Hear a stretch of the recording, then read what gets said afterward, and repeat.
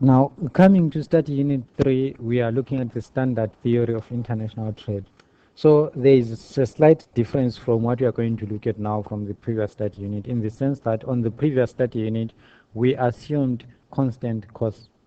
So constant cost meant that if you had clothing and weight, like what we had there, clothing weight, we were saying the ratio or the slope of this particular line was going to be the same throughout as you move from a point here up to a point there. It means if you are giving up clothing at point A, it's going to be the same amount that you give up at point B in order to get weight. So what you give up was the same throughout this particular slope.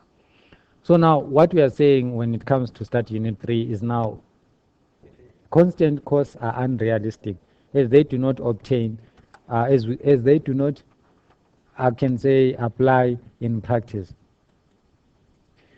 So why we did them, even if we know they are unrealistic, was in order for us to be able at least to bring the concepts gradually, just like as we did with the labor productivity, the value before. So we know it's unrealistic. Even Ricardo knew it was unrealistic when he did that, but he also needed something to explain in simpler terms. So that is the same thing that we are doing with regards to constant cost on the second study unit. So now what we are saying, what's more realistic now is we need to introduce increasing cost and demand preferences. Because previously we didn't really worry about demand preferences, what a person prefers and so on. So we also need to use demand and supply conditions to analyze equilibrium relative commodity price in each country in the absence of trade. Analysis will be extended to gains from trade with increasing costs. We then see how these forces of supply and demand determine equilibrium relative commodity price in each nation in the absence of trade under increasing costs. So production frontier with increasing cost is now going to be slightly different from the one that we had on the previous study unit. So what it means now, we're saying increasing opportunity cost means that a nation must give up more and more of one commodity to release just enough resources to produce each additional unit of another commodity. With increasing cost, production possibilities frontier is concave from the origin. Production possibility frontiers are reflecting the increasing opportunity costs, and they are illustrated in the following diagram. We're going to see them. Firstly, we are going to get what we term as the slope of the production possibility frontier, and it is going to be different at each point. We call that the marginal rate of transportation, or at times we call it the marginal rate of technical substitution. On your textbook, they just call it the marginal rate of transformation. So it all means the same thing. So marginal rate of transformation, it is, okay, marginal rate of transformation is the amount of one commodity that a nation must give up to produce each unit of the other commodity. And it is the same as the opportunity cost of a good, right? So marginal rate of transformation or slope, it increases as we move down or up the production possibilities frontier, showing increasing opportunity cost in each country of both commodities. Increasing opportunity costs are explained by, firstly, factors of production are not homogeneous. Factors of production are not used in the same fixed proportion. So I also want you to know, if we say MRT XY in this instance, so we are going to read this as the marginal rate of transformation X for Y. And it refers to the amount of Y that must be given up in order to produce an additional unit of X. So you are always going to read outside in, if I can say. So you are going to say marginal rate of substitution X, Y. It refers to the amount of Y that must be given up in order to obtain an additional unit of X.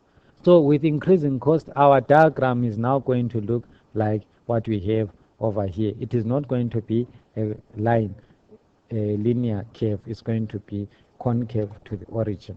So we are saying as you get more and more of a good, you need to give up more of the other good in order to produce it. Illustration of increasing cost. The theory is yours. You can look at that. But what I want you to know is as you move from point A to point B, if it involves giving up more and more of Y in order to get that one. So initially at this point, you were giving up, let's say you gave up this much to get 50, right? But now if you give up the same amount over here, you can't get, because now we are moving from this point up to here. You are only going to get 20, not 50 like you did at each point. So as you move along, your opportunity cost is going to increase for nation 1 as well as for nation 2. It's not only for one nation. But what these two mean now is, you can see, they are not both efficient in producing the same good. Nation 2, I would say, is better at producing this good on the vertical axis, whereas nation 1 is better at producing good X. So again, even if we were to look at this in terms of comparative advantage, we would come to the same conclusion. So in summary, concave production frontiers like those two for both nations reflect increasing opportunity cost in the production of both commodities. Marginal rate of transformation, okay, I've already said what this one means, be X for Y, and you can look at this in terms of numbers to get a better idea as well. Reasons for increasing opportunity cost. Firstly, we said our factors are not homogeneous and they are not used in the same proportions. That would be number 2. We have a good example here that you can look at. It talks about, for example, suppose a nation's land is flat and suited for growing wheat, and some is hilly and better suited for grazing and milk production. Nation originally specializes in wheat, but now wants to concentrate on producing milk. So what it means is, by transferring its hilly areas from wheat growing to grazing, nation gives up very little wheat, because already the hilly areas were not growing wheat on them. It was already for grazing. So we don't really lose a lot in terms of wheat, but we obtain more milk.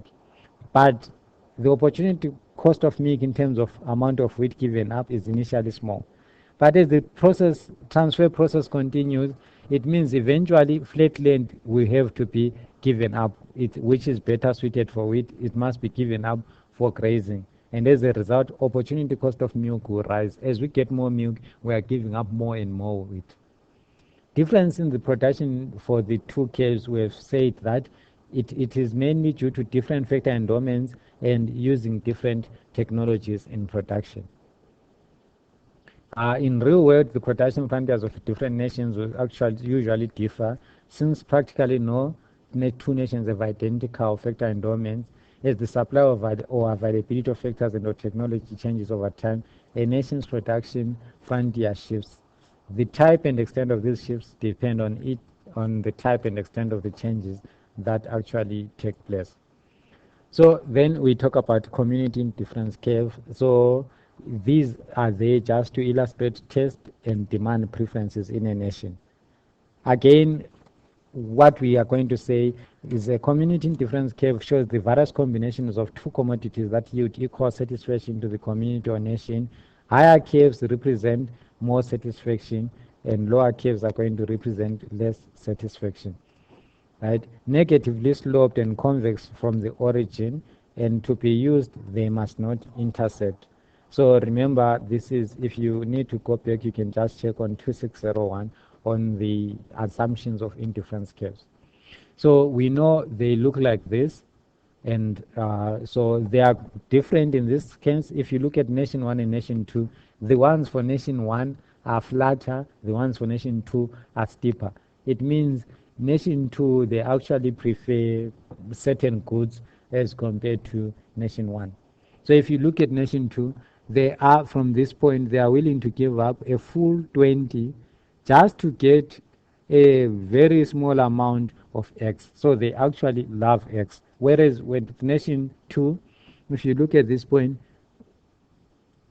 in order to give up 20 of Y, they actually need more than 20 of X, meaning their Y is precious to them. So that is what it means. And in this indifference curve, the higher, like remember the assumptions, more is always better than less. So the highest indifference curve is always represents better utility or satisfaction.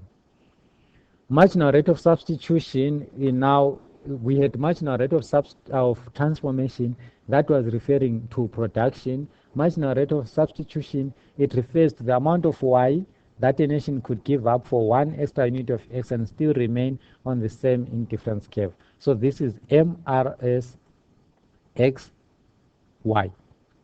Amount of Y that must be given up in order to get more or one additional unit of X and still remain with the same level of satisfaction. And we say that is given by the absolute slope of the community indifference curve. So that is a part of that theory. Now, okay, theory again, you can look at that. Some difficulties with community indifference curve. Firstly, we say they must not intersect, right? A set of indifference curves refer to a particular income distribution. A different income distribution would result in a completely new set of indifference curves. That is another challenge. And we also say, okay, exporters will benefit while this is what may happen as a nation opens trade or expands its level of trade. Exporters will benefit while domestic producers will suffer. There is also differential impact on consumers depending on whether the individual's consumption pattern is oriented more toward X or the Y good. Thus, trade will change the distribution of real income in the nation and may cause indifference curves to intersect. In that case, we could not use community indifference curves to determine whether the opening or expansion of trade increased the nation's welfare. One way out of this impasse is through the so-called compensation principle. Nation benefits from trade if the gainers would be better off even after fully compensating the losers for their losses. This is true whether or not compensation actually occurs. One way that compensation will occur is for government to tax enough of the gain to fully compensate the losers with subsidies or a tax relief. Alternatively, we could make a number of restrictive assumptions about tax incomes and patterns of consumption that would preclude intersecting community indifference curves. Okay. Equilibrium in isolation. So now we are back to our countries. I'm not going to explain a lot on the theory. You can look at that. But remember, we said we had indifference, what did we call this? The production possibilities frontier. That was running like this for nation 1, and another one that went like this for nation 2. Now, in autarky or in the absence of trade, they were consuming at this point where our indifference curve, community indifference curve, was tangent to this particular point. So they were at point A. And in nation 2, they were at point A1 over there. This is what was happening before trade. What's particularly important is to know the slope of this particular point where they were. This one was a quarter and this one was a 4. We can even think about this as how much of one good they need to give up in order to get the other one. So this is also our opportunity cost. Right, now we are going to include trade and see what is going to happen. So we can talk about which nation has a comparative advantage in what based on these goods. So that is what we are going to get in this particular section on that theory part of it. Respective equilibrium relative price, you can see that 1 quarter in nation 1 is equal to 4 in nation 2, right? Lower equilibrium price for X in nation 1 than in nation 2 indicates that nation 1 has a comparative advantage in the production of good X, and 2 there's a comparative advantage in the production of good Y. Even if you just look at your diagram over here, remember we did say 1 has more X, 2 has more Y, so it is going to have a comparative advantage in that particular good where it can produce better. Okay, equilibrium, relative commodity prices and comparative advantage, we're still analyzing that same diagram that we talked about. And then next we need to know what is the basis for trade and gains from trade with increasing cost. So we are now going to take that indifference curve of the community in autarky and introduce trade and see what is going to happen in this particular instance. So remember our ratio was 1 quarter is to 1 and 4 is to 1. Right, so in one case they had to give up only a quarter to get one of the other commodity, whereas the other nation gives up 4 to get 1. So I would say, hypothetically speaking, a ratio of 2 is to 1 is going to be preferable for both of them. What it means is now if they were trading, this nation would actually give up only two to get one as opposed to the initial cost of four. Whereas if they trade now, these guys are going to specialize and they are going to get more of the other good as well on the quota. So the quota was telling us they to produce one of the other goods, they were only giving up a quota. So these guys now can specialize on this good, right? Specialize on this good and then trade it. So if they trade it on this particular ratio, this is what is going to happen to them. So they are going to specialize on this, and then there is the other good as well. Remember, if we have one quota and four, we still have to think about another good. We have two goods in this instance. So they are going to export this one and import the other good. So the both countries are going to benefit. Now, how does that change? It means it changes the ratio, because ratio was a quarter, the slope, and this side it was 4. Remember, where is my initial slope? Where are you? The A1, the slope for this one, it used to be 4, whereas for the other one, the old one at A, it used to be a quarter. But now with the new ratio that can happen, even if they traded at 1:1 instead of 2:1, they trade at 1:1. So the new slope is going to be, if this was the original one at a quarter, it was flatter. The new one is slightly steeper, and this one, it used to be very steep. The new one is going to be slightly flatter. Now what happens is both these countries are now going to consume at any point over here along the new slope of the curve. And if you look at this point E, it is now on a higher indifference curve compared to the original one. Even this one, they used to be here, they are now here. So they are at a higher indifference curve now, meaning they are actually benefiting from trade in this instance. What we also need to talk about here, what you need to know before we go on to the next section, is there is incomplete specialization. Unlike what we saw in the previous study unit, in where countries were specializing completely under increasing cost, there is incomplete specialization in production in both nations, even in the case of a small country. Why we talk about this, we have a small country and a large country case, right? So what we are saying is these guys, if you look at it, they are still going to be at this point where they are producing both goods. Even if they are not very good on the other good, they never stop. Like if you go here, they are at point B and they are producing 20 of one and 130 of the other. These other guys are also here. They are producing 120 and still about 40 of the other good. They never give up completely the good where they have a comparative disadvantage on. So why is that so? We say as nation 1 specializes in the production of X, it incurs increasing opportunity cost in producing good X.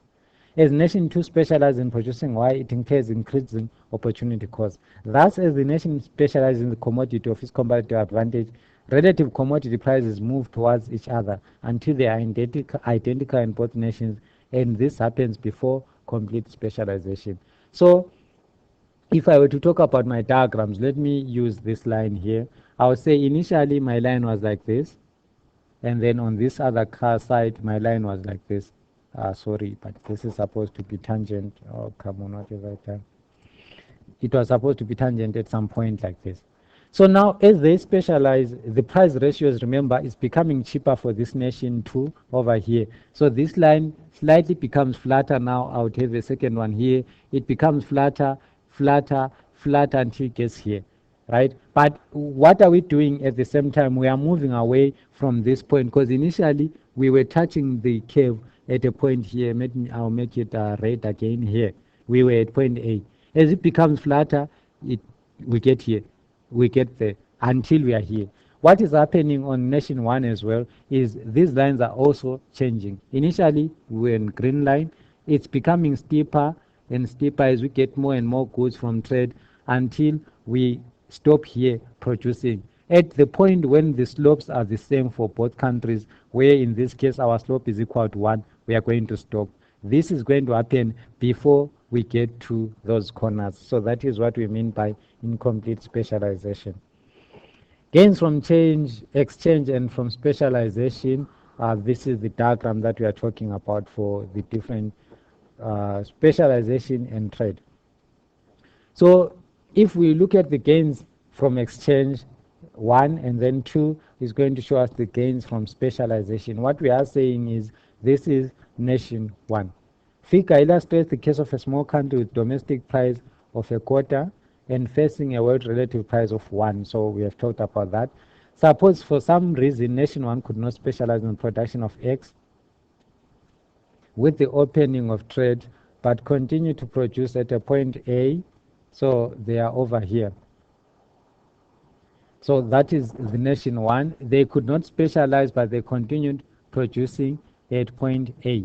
So that is isolation equilibrium point, where marginal rate of transformation is a quarter. So at point A, it could export its output of X, 20 units at point A. Point A, I'll say this and that. So at point A, it can export 20 units and it would get to point T. So it's now exporting 20, which is the difference here, and it can consume at point T, right?